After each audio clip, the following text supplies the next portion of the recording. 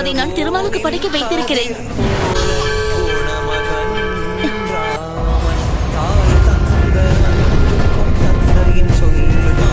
ராமனை நான் பார்க்கும் பொழுதெல்லாம் உங்கள் உருவம் தான் தெரிகிறது.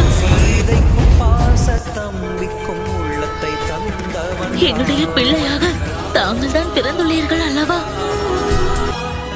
அம்மா என்று என்னை அழைப்பீர்களா? வேண்டுவது தாய்க்கு அழகல்ல, எனக்கு கட்டளை இடுங்கள்.